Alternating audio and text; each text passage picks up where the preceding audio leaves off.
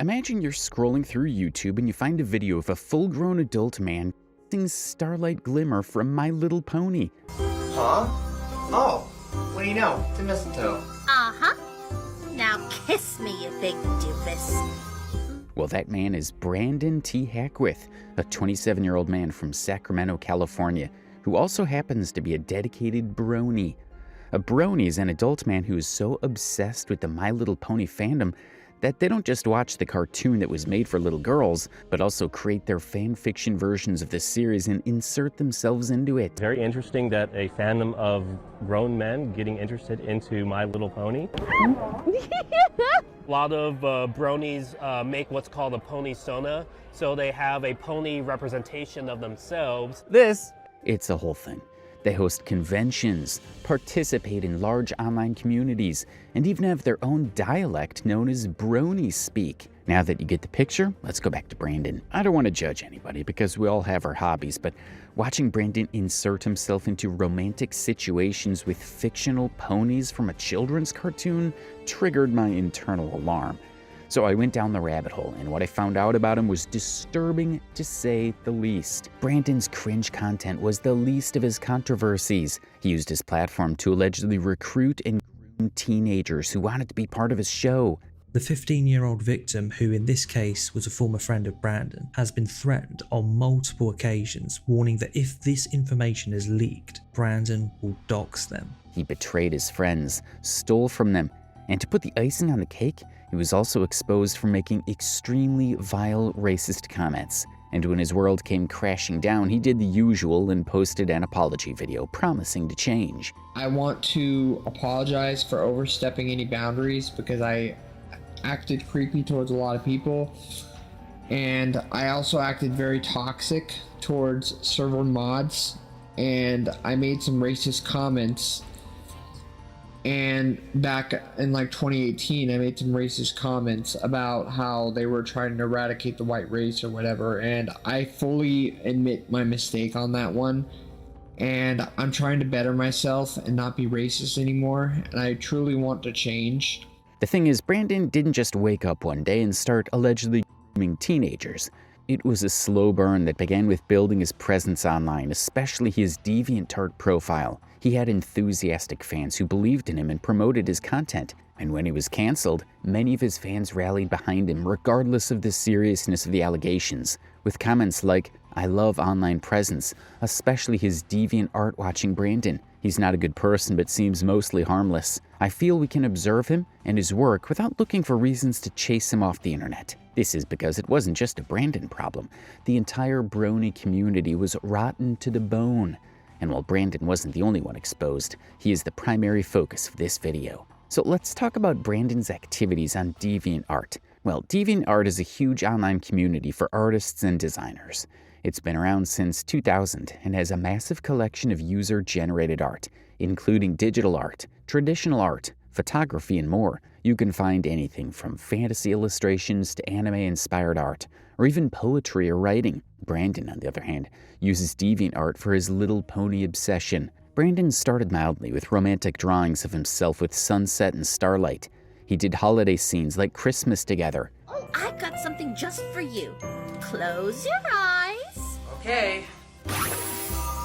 Okay, go ahead and open them. Huh? Oh, what do you know? It's a mistletoe. Uh-huh. Now kiss me, you big doofus. That's sort of fan-level stuff. It was unusual, sure, but the kind of thing you'd expect from someone deeply invested in a show. Then there's the piece where Starlight Glimmer is pregnant with his baby. Half him, half cartoon horse. He made that, uploaded it to a public website, and moved on like it was nothing. As if that wasn't bad enough, there was also a scene he drew between himself portaling into the home of Sunset Shimmer and attempting to flirt with her. Brandon then placed his hand on Sunset's cheek, which felt exactly as soft as a girl's cheek from his world. The same texture, everything. You definitely feel real. You're going to feel something in a moment if you don't get your hand off my cheek. Sorry. Brandon quickly takes his hand off nervously, a bit intimidated by the fiery-haired girl's threat. It's fine. The thing is, the comments section under it was unexpectedly positive, with viewers saying things like, I need more of this. I have to watch more of this. Oh, Brandon the Great, you have bestowed a new kino upon us, and in thy holy light we have rejoiced. Thank you. After watching this, I won the lottery 20 times and cured cancer. You have done so much for humanity, and know that we will always follow you to the end of the world. Not everyone in the comments thought Brandon was a god who came to save them. There were a few people who were bold enough to point out the red flags in Brandon's stories and his obsession with My Little Pony, with comments like, "Unfortunately, she's a cartoon character and a high schooler, but we know that won't stop you." Now, if we're being honest, this kind of content goes beyond cringe. Tell me why a full-grown man is inserting himself into cartoons so he can kiss and go on dates with teenage cartoon characters. And that wasn't even the only time Brandon took Shimmer on a date. You maybe want to make out, like, kiss, if that's okay with you, of course. If you don't want to, that's fine. But yeah, if you want to kiss, just...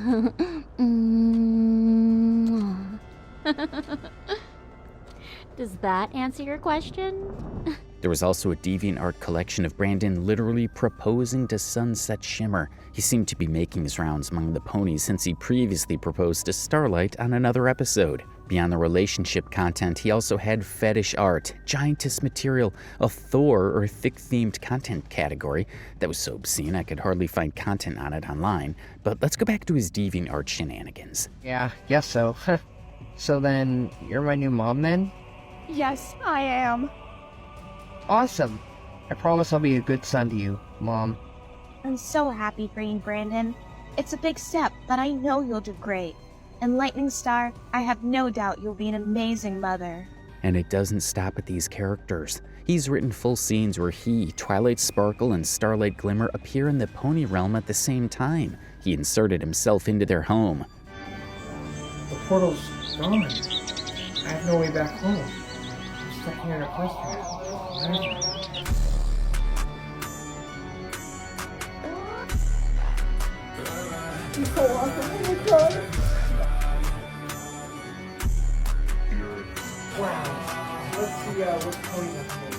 While most of his posts seemed harmless, however creepy they may have been, things started getting more intense as the series continued.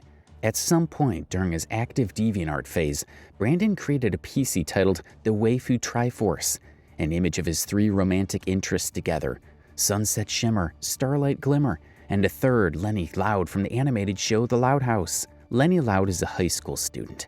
The show depicts her as a teenager. She is canonically underage, but that didn't matter to Brandon. It never has. People became genuinely concerned. One person asked Brandon about his attraction to young characters. Question, but like why? Why do you do this and make children with fictional characters? Brandon replied, because it's what I like. The viewer wasn't satisfied and went back and forth with Brandon about the age of his preferred characters. The Waifu Triforce phase ended quickly though. A few images later, Lenny was dropped. Whether that was because of pushback, because he lost interest, or a combination of both, I can't say. But she was in the lineup, and then she wasn't. The Lenny Loud controversy raised more red flags, but the question about his obsession with Sunset and Starlight got quietly set aside, maybe because the Brony community had already normalized those characters as targets for this kind of content. But the pattern, when you look at this whole picture, is consistent. Another thing that caught my eye when I was looking into Brandon is his audio drama collection. Let me just get this thing out of my bag real quick. Okay. Starlight, will you marry me? Yes, of course. Thank you. Whoa! Brandon has more than 100 of these audio dramas on his socials. Each one is a fully scripted scene with Brandon and a character alone together in some kind of intimate moment. It could be anything from a love confession, a night in, or a date. Each one performed like a radio play. If you assume an average runtime of even 5 minutes per audio, you're looking at over 8 hours of original content that he made about being in a relationship with cartoon horses. Wait, can't we go to the library and cuddle? The new sofa in there would be more comfortable than on the cold floor. Sure, just follow me. Wait, can I still be under your wing? If that's okay with you, of course. It's okay if not. Sorry. I'm just really nervous. Sorry. That's fine. And it's okay to be nervous. I'm a little nervous too. The audio changed over time. At first, he voiced all the parts. After a while, he started using AI voices, and when the series gained traction, he decided to find voice actors and actresses to work on scripts he created. Then one day, news got out about Brandon being inappropriate with a 15-year-old boy he hired for voice acting, and this is when things took a really dark turn. With Brandon's obsession with My Little Pony and teenage characters, it was only a matter of time until allegations popped up, and they were brutal. In 2020, Brandon was doing casting calls for his Brony Meets Equestria series. He needed voice actors, specifically for the role of Starlight Glimmer. On August 8th of that year, a 15-year-old messaged him on DeviantArt expressing interest in the role. The conversation went like this. Victim: Hi Brandon, I see you want voice actors for your MLP series. I want to join. Brandon: Whose voices can you do? Victim: Fluttershy and Starlight. Brandon: Really? I need Starlight. Add me on Discord. My username is Brandon the Brony Pony 6249. How old are you, by the way? Victim: 15, almost 16. Installing Discord now. According to the chat posted by Star Wars Fanix DeviantArt Journal on February 11th, 2022, Brandon asked the minor's age. The minor answered 15, almost 16. Brandon's next questions was whether they were okay with NSFW content, describing it as only voice acting, and telling them they wouldn't be paid, but that they'd earn new friends. Now this is a long chat, but I just had to show you so you can understand how the conversation progressed. Brandon: Are you okay with NSFW? Don't worry, it is only voice acting. You will not be paid for the voice acting.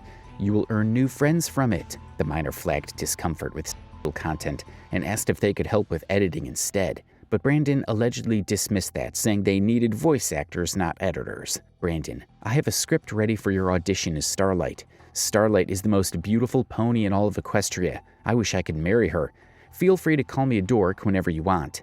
Minor: Is this for YouTube, bro? Sounds sexual to me. Brandon: This is for your audition. Best Starlight impression gets to be my full-time Starlight. 15 AI is unreliable for my series. We have everyone except Starlight. The quicker you get on Discord, the quicker we can get this series rolling. Minor: I added you on Discord. During the conversation, the minor withdrew, and Brandon asked him why he left the call. Brandon: Why did you leave the call? Zach wants to hear your impression too. Minor: The sexual stuff made me uncomfortable. Can I help edit the vids? At this point, Brandon allegedly sent an image of himself shirtless holding a sex toy and asked the minor to edit it, specifically to replace the sex toy with Starlight Glimmer and add Sunset Shimmer to the image. Honestly, this part of the chat was a little hard to read. Minor: About the picture you sent me on Discord. Why shirtless? And is that a sex toy in your arms? Brandon: I'm shirtless because it is an intimate moment between me and Starlight. The toy is where I want you to edit Starlight into the image. Minor: Dude, I'm not going to make it look like she's using it. All I can do is copy and paste a vector over it and maybe crop some parts out. Brandon: That's perfect. I will post the picture on my DeviantArt, so erase the dildo. Sorry I put that in there. The conversations went on for a while, with Brandon allegedly going back and forth, consistently asking the minor to do sexual things for his series. The minor was clearly uncomfortable with the whole situation and made his discomfort known to Brandon. The chat continued. Brandon: I want to kiss her so badly. Can you edit Sunset on there too? I want her smelling my toes. Make sure it is the Equestria Girls version. Can you also cover my nipple using Twilight's cutie mark? Minor: No offense, dude, but I am a little creeped out by this. Brandon: Do you like me? Minor: Brandon, I've been friends with you for a few months now, and you keep asking me to do sexual stuff. When can I be in your series? Are you using me? I think you are taking advantage of my autism. Brandon: You never told me you have autism. Does this mean we can't meet at BabsCon? If you can't come, I will have to go with my parents. You'll be in my series soon, I promise. I care about you a lot. I sent you my mic. What else do you want? Minor: I want to be treated for who I am. You seem to think I am Starlight. I'm an autistic brony who wants to make friends on the internet. At this point in the conversation, the minor revealed they were a boy.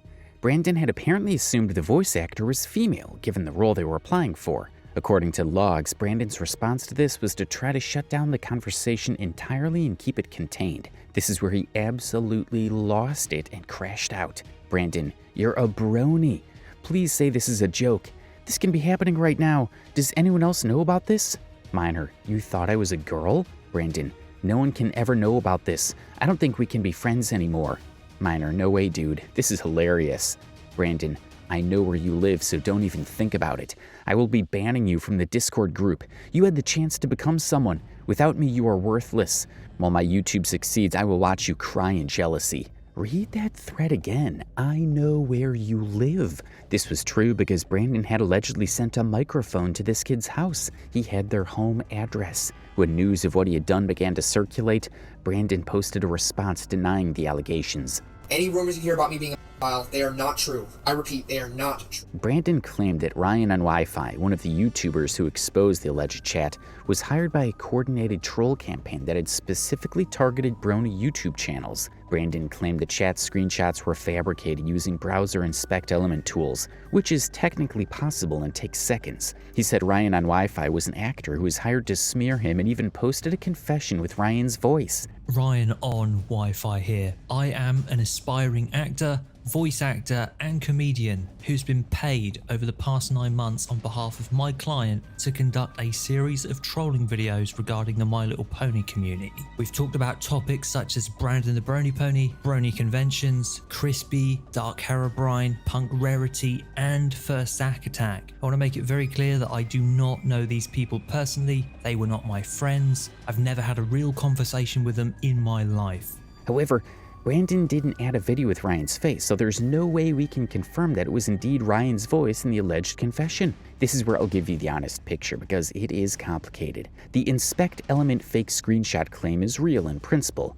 It's a genuine method that anyone with a keyboard can use. Screenshots alone are not reliable evidence. On the other hand, the accounts documenting this incident predated Ryan on Wi-Fi. The Star Wars Fanic journal that was published independently drew on direct observations from within Brandon's own Discord server and DeviantArt page, and included details that matched the Ryan and Wi-Fi clips. The microphone, a blue snowball mic sent to the miner's address, is harder to fabricate than a chat screenshot. Multiple independent sources, including people who were on the server and watched things unfold in real time, told this same story without coordinating with each other.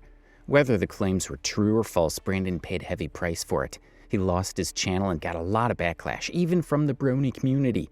I lost friends, I lost my channel, I lost everything because of you and your circle of gremlins. Keep in mind that this wasn't the only time Brandon allegedly had interactions with a minor. In his Discord server, a user had joined with the display name Buttcrack. Now, is it a mature username? No, it isn't. Is it a bit weird for a server? Sure. Is it an invitation for a grown man to publicly ping that person and announce that he wants to lick a girl's butt crack? Absolutely not. But that's exactly what Brandon did. He saw the username and he typed it out and sent it to the server about a minor. When it came out that the user was a minor, Brandon addressed it in a response video.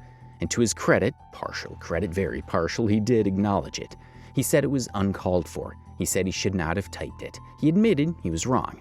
In the Discord server, that one Discord server, I fully apologize for that as well. That was completely uncalled for. I should not have done that. I didn't realize at the time that the user was a minor. But at the same time, a minor should not be naming themselves a crack. But, you know, I guess we were both in the wrong. We were both in the wrong. That's not an apology. That's a deflection and victim blaming wearing an apology's coat. I should also point out that Brandon is diagnosed with autism, so his social cues may be off, but that's not an excuse to behave inappropriately with anyone, more so a minor. These weren't the only times Brandon faced backlash for nasty behavior. He, like many other bronies, has also been accused of racism. This is not a controversial claim, it's a fact. The New Republic published an op-ed directly stating that there's a connection between white identity politics and the My Little Pony fandom, and the most popular Brony fan art site eventually had to officially ban racist content after years of proliferating. It became so obvious that the Indianapolis FedEx shooter in 2021, Brandon Hull, turned out to have been an active member of the Brony community. Have you heard of the My Little Pony killer? Well, this is 19-year-old Brandon Hull. He was born on August 20th of 2001 from Indianapolis, Indiana. Investigations after the shooting revealed that he was indeed influenced by racist ideas from within the Brony fandom. And when they went into his room, they noticed that there was My Little Pony everywhere. They even noticed that he had My Little Pony artwork on the weapons that he had used. They then checked his computer, and that's when they saw that he was visiting many racist websites. Right before the incident happened, Brandon made a Facebook post about this character from My Little Pony, Applejack, and that he hoped that he could be with Applejack in the afterlife. While Brandon the Brony pony didn't shoot anyone, he made some racist remarks in 2018 that surfaced online in 2021 and 2022. The remarks surfaced through a woman named Wubcake, a creator in the same orbit of the fandom who later had her own controversies. In a conversation with her, Brandon explained why he didn't want to date a black woman. His reasoning wasn't about preference or attraction, it was about what he described as an effort to preserve the white race, specifically that mixed-race children are part of an eradication of white people, and that he personally wanted to father a white child to keep some of the white race alive. The chat went like this: "You're judgmental as hell." "No, I'm not actually." "You refuse to date black women." "Besides, two wrongs don't make a right." "You refuse to date a black woman." "Because you do not want a ghetto girl." "Nope, it's the truth, my cousin said it." "Because you mostly see mixed people everywhere." "Because white girls are constantly getting with black girls. It pisses me off how." And without hesitation, Brandon explained exactly why he didn't want to get into a relationship with a black woman. "The main reason I don't want to date a black woman is because people are trying to eradicate the white race by making kids that are mixed. I want to create a white kid so that there'll still be some of the white race left." This is not clumsy phrasing. It's not someone fumbling through an uncomfortable topic. Brandon was clearly stating his racial purity. After it leaked, Star Wars Fanic described the moment he learned about the remarks as something that cracked my heart in two. Keep in mind that Brandon's racist remarks surfaced around the same time the Indianapolis FedEx shooting happened. A man who is publicly associated with the Brony community had just killed 8 people due to racial bias. The fandom was already under a microscope and already being asked uncomfortable questions about the extremist elements that had taken root in its corners. And then a prominent content creator in that same fandom was exposed for explaining why he wanted to keep the white race going by not mixing with black women. The timing was awful. Brandon did what Brandon does in these situations. He made a video, an apology video. He acknowledged the remarks, said they were wrong, and expressed some form of regret. Brandon was talking to someone on Facebook Messenger about race preference in women. At first, it just seemed like the person was pressing Brandon into saying something dumb. Brandon, being the neurodivergent he is, he also admitted that he had boundary and anger issues and had a habit of lashing out whenever he was under pressure. "How white and black people getting together will eradicate the white race." The thing is, it wasn't just that leaked chat. Brandon's content, the audios, the self-insert series, and the DeviantArt all center exclusively on white-coded or pony characters. The romantic universe he's built for himself has a rather specific demographic. Brandon's apology was genuine, no doubt, but whether the community accepted it was another matter. And while the racism story was still trending, another controversy popped up. People who had known Brandon for years were writing their own accounts about his behavior. It just seemed like everyone was done with him. Let's start with what a fellow creator and former friend of Brandon, Fluttershy Fan 1997, had to say. In 2023, Fluttershy Fan 1997 accused Brandon of stealing from her. In Flutter's words, "As a former friend of Brandon Hackwith, I will never forgive him for stealing 30 points from me, all because he wanted to commission his stupid brandlight art. And it's not just me." For context, DeviantArt has a virtual currency system called points. Artists use them to commission each other, run contests, and pay for features. They have real monetary value because people spend real money buying them. 30 DeviantArt points is not a lot of money, and that's kind of the point. Brandon didn't need to steal them. He could have just asked. He was regularly commissioning art, regularly running his channel, and regularly producing content. The choice to take points that didn't belong to him, specifically to pay for romantic art of himself and a cartoon horse, tells you something about how he operated. In the same journal, Fluttershy Fan 1997 called Brandon a creepy, starlight-obsessed, backstabbingly narcissistic, racist, and pedophilic freak, saying she would never forgive him for betraying her and her friends. Now that's a lot of adjectives. Then there are Star Wars Fanic accusations. Star Wars Fanic met Brandon in 2013, 10 years before the fallout. They bonded over Sonic the Hedgehog before either of them was seriously into My Little Pony. By his own account, Brandon was the primary reason he stayed engaged with the Brony community during the years that followed. They made art together, played video games, and called each other. It was a genuine friendship across nearly a decade. When the grooming allegations broke, Star Wars Fanic's journal didn't just cover the minor incident, it covered everything. The racist remarks, the manipulation patterns, the way Brandon operated with collaborators, and a very specific financial grievance. Apparently, Brandon owed him 920 DeviantArt points. In his words, P.S. Brandon, if you find this, your days of being a brony content creator is over. It's finished, and I suggest you give me back my 920 points you owe. Then after, turn yourself over to the police, and I recommend you start talking or getting a lawyer or attorney. Brandon had owned that for years. He was commissioning art of himself with cartoon horses using other people's points, so many people had something to say about Brandon. People also weren't comfortable with the fact that Brandon's own sister voiced Starlight in some of the romantic series he produced. Fun fact, Starlight Glimmer is voiced by Brandon's own sister. And someone replied saying, okay, that's just messed up and wrong on so many levels. I mean, it's one thing to have a love fetish for a pony in a cartoon, but having your own sister play that character's voice is just crazy. As the pressure and controversies increased, Brandon eventually took a break from his YouTube account and went off the internet for a while. While his fame faded, other bronies remained in the spotlight. Brando is back to posting his brony fantasies on his YouTube channel. He doesn't get as much traffic as he used to, but at least he hasn't been implicated in any new scandal. Maybe he learned his lesson and is actually trying to be a better person. Well, the redemption arc is popular among YouTubers who get involved in scandals, and it worked pretty well for the next person I'll be talking about on this channel.